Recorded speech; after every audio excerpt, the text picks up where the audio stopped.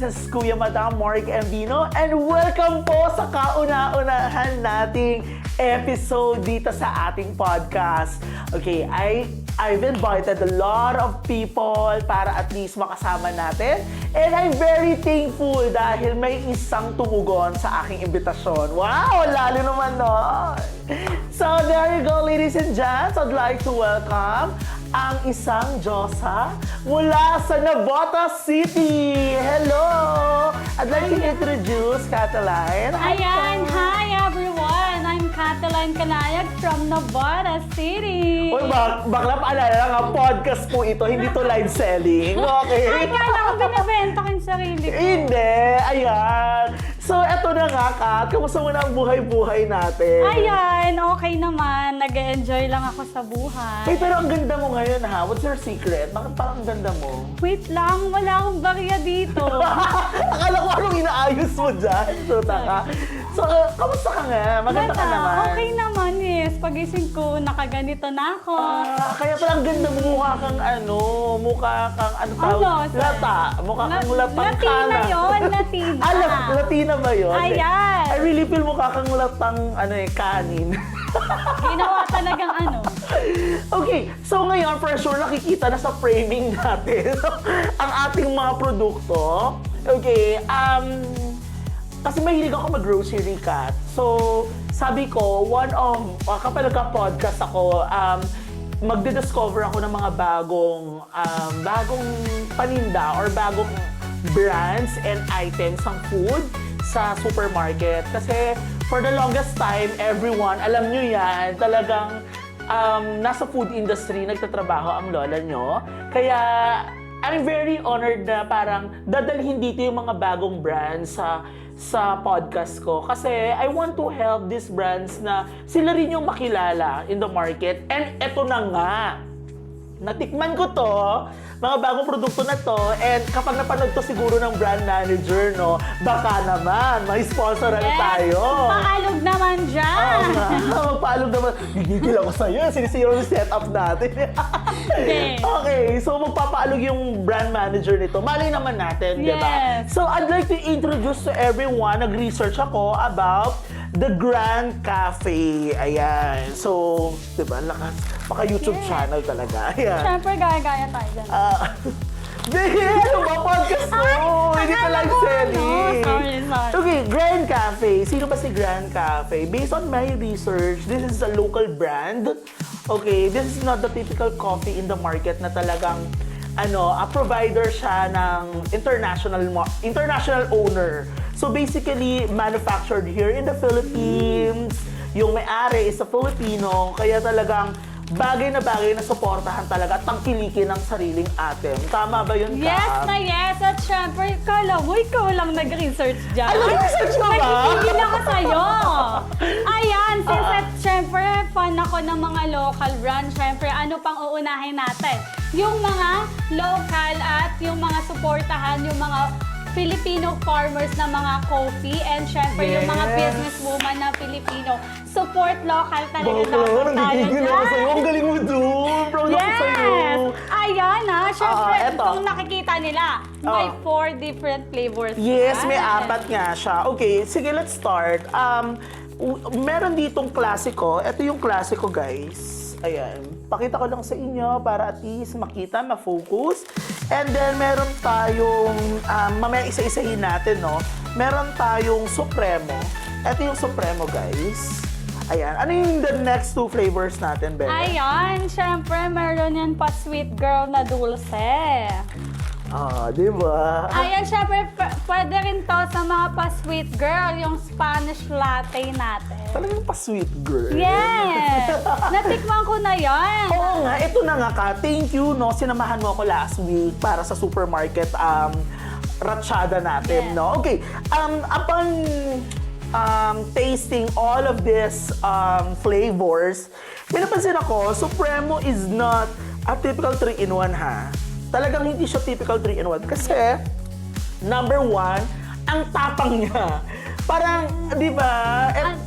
Sobrang tapang niya. And basically, kasi sa isang sachet, merong 10 packs. So, nagpatikim ako. Ang karamihan ng kumuha nito kasi Guys, FYI lang, no, if you want to see if you want to find out kung sino yung target market mo sa mga pagkain, mag-food tasting ka, ipatry mo, then you will identify sino yung mga target market, yung bracketing mo. So, yun yung tinatawag nating benchmarking. Kailangan i-benchmark mo kung sino yung mga tumitikim o umiinom ng certain flavor na yon. So, meron pang mas malalim na term about it. Ito yung tinatawag na FGD. Oh!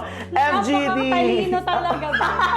Focus Group Discussions. Ibig sabihin naman, may mga agency talaga na mga researcher out there na nagpapa-FGD, lalo na yung mga marketing people ha, nagpapa-FGD sila para at least ma-identify nila kung anong klase o anong behavior nung kumakain, tumitikim ng mga produkto nila. So, yun yun. So, I found out, Supremo is for all, medyo thunder na. Kasi mahilig sila sa matatapang na kape. Ito yung feeling ko nga mga umiinom nito, like yung mga IT professionals. Yes. Kasi talagang sanay sa puyatan, sanay sa bugbugan. This is your partner in life talaga. Supremo, guys. Kaya if you want to buy this, naku, available ito sa supermarket, ha? Yes na, yes Oo, sa mo ito naman. nabili? Sa Fisher Mall. At syempre, meron din siya sa Metro Ayala, Philippines. Ay, baka ka na! Iba ka! Dapat kompleto yung research natin. Oo, very good. Okay, so yeah, available na siya sa Metro and available na din sa Fisher Mall. Pero I think, nakita ko, meron din silang Shopee, Lazada, and TikTok. Diba? Yes. Oh, nice. Ang galing. Yeah, Supremo, that's one. Ikaw, ano bang flavor yung natikman mo? Ako, natikman ko siya lahat actually. Pero etong dalawa. Ayan, ito para sa mga kaedad ko na 18 years old. Sokton kita, ha? 29 ka na. Ayan, syempre. Sir, 25 pa lang. 25 pa lang ba? Sorry. Ayan na to, para sa lahat ng Gen Z dyan na mahilig ng milk tea, iced coffee. Ayan, for 10 pieces, how much is this, sir? Hindi ko, parang kulang tayo sa research. 75! Ay, 75 lang ba? Question and answer lang. Pero alam ko lahat to. Yoko. Ayan. Be, podcast to. Baka mo yung live selling Hindi, ka. kasi sinasabi ko sa kanila na nabili ko siya, natikman ko siya, 10 pieces, 75 lang. So, sulit na sulit. So, parang lumalabas 750 isa. Yes na yes. Ayan, kesa mag-order ka online ng milk tea, ng coffee mo. Ayan. Isa-isahin nga natin. Pwede sa Oo, iced hindi tayo coffee. nagtitipid sa oras dito. Mahaba Yes. to, guys. Okay, bakit? Pero kung ikaw papipiliin, sino mas gusto mo? Spanish latte or dulce? Ako, makaramel akong tao. Yeah. Si Dulce talaga. Uy, alam mo, trivia. Trivia lang, Kat, about caramel. One thing that I realized about this, wala pa akong natitikman sa market ng kape. Unlike doon sa mga cafe talaga, cafe, and then sikat na color green na brand, yun lang talaga yung nalalasahan kong real caramel. Pero nung natikman ko to, Yes. Dahil ito siya. Oh! Ang Perfect. perfect mo! Ipakita mo rin yung ano. Oo, logo uy, mo. ito nga. May pamags din sila. Oh, going back to caramel. Okay, grabe yung foamy effect nito ha. As in, kanina ko pa ito tinimpla eh. Pero mamaya pwede tayo magtimpla Pero ulit. may foam pa siya. May na foam very pa. Kanina pa nice. to ha. Pero alam nyo, sobrang sarap talaga etong dulce, caramel, real caramel flavor talaga. Kaya tikman mo yan, girl, mamaya. At saka ito lang, Oh. trivia din, guys. Ito mapatalo si Bakla. Acidic oh. person kasi ako. So, syempre, kompleto tayo sa research. Ayan, yung na-discover ko, caseinated yung sugar niya. Kaya, pwede sa acidic. Ay, talaga? Yeah. Low calorie na din. Hindi, kasi siya. alam mo, ang dami talaga mga Pilipino ngayon na makape talaga. Basically, talagang emerging market ang coffee ngayon sa food industry, lalo na sa beverages category. Talagang kahit saan ka pumunta, ang daming kape, ang daming nagtitinda.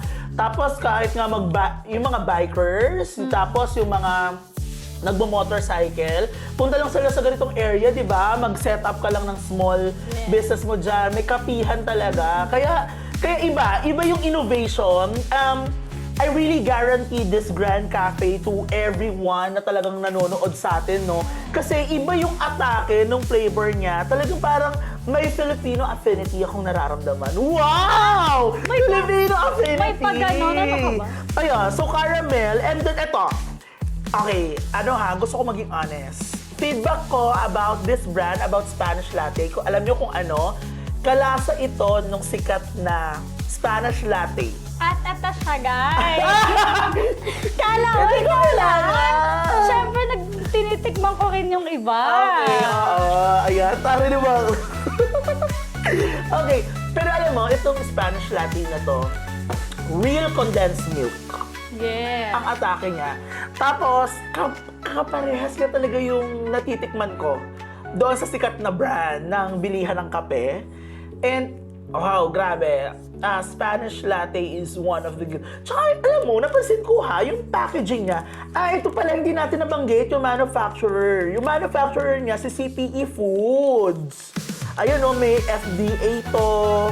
Tapos, mayroon din silang HACCP. Kompleto sila ng certification. Alam ko, sa research ko, FDA and halal approved siya. I don't know with the halal. Pero yeah, basically, malay mo, di ba, magkaroon na ng halal certification. Hindi natin alam. Kaya malay mo, yung BM dyan, ng Grand Cafe, Yes! magparamdam naman. Baka naman! Magpauga. So anyway, and the last flavor is the Classico. Yeah, Classico, guys. Ayan, para daw mag-focus, sabi ni Direk.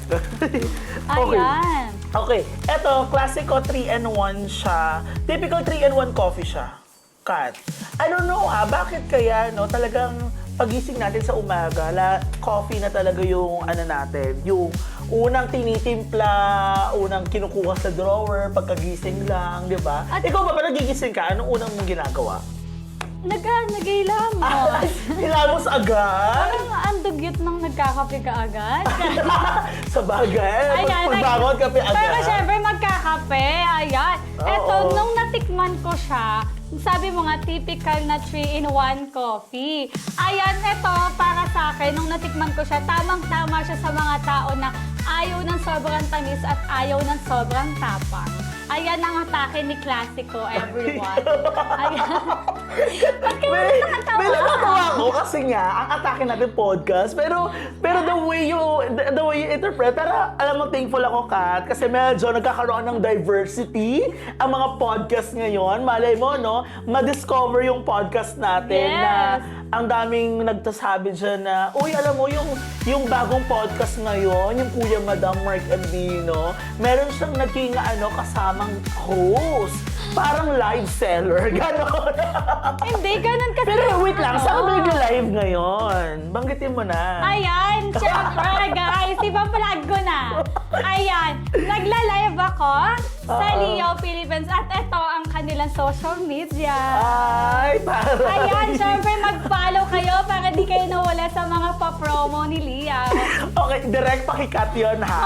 walang ganon. Oo, kasi baka mamaya biglang sa editing natin ilabas agad yung Leo. Ang pinopromote ka natin, Grand Cafe, di ba?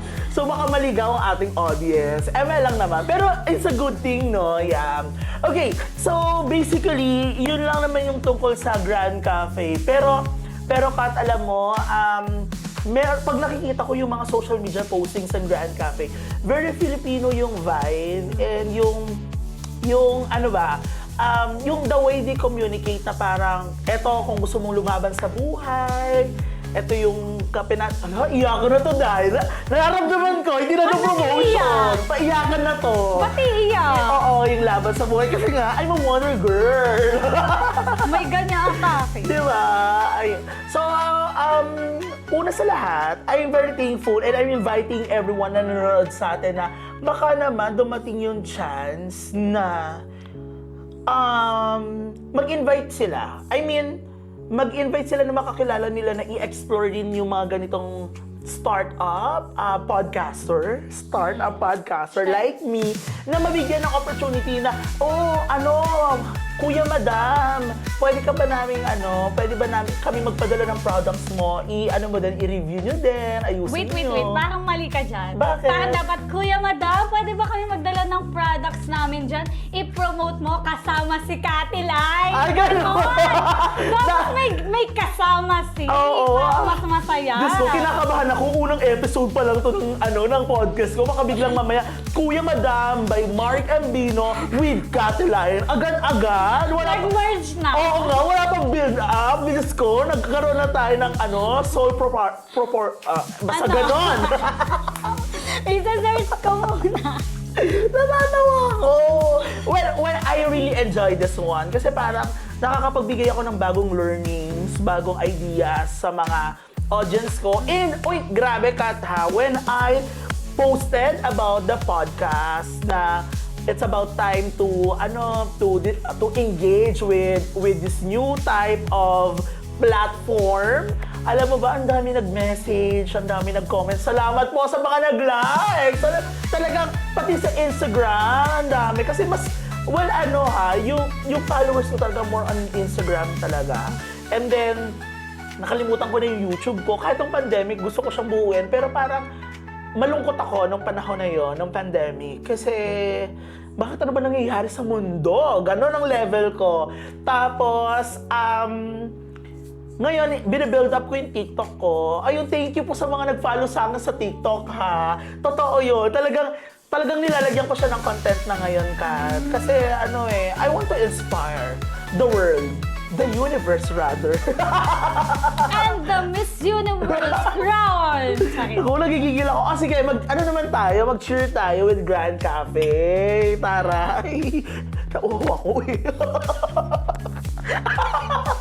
Di ba? Kaya mag-cheer muna tayo. Talaga.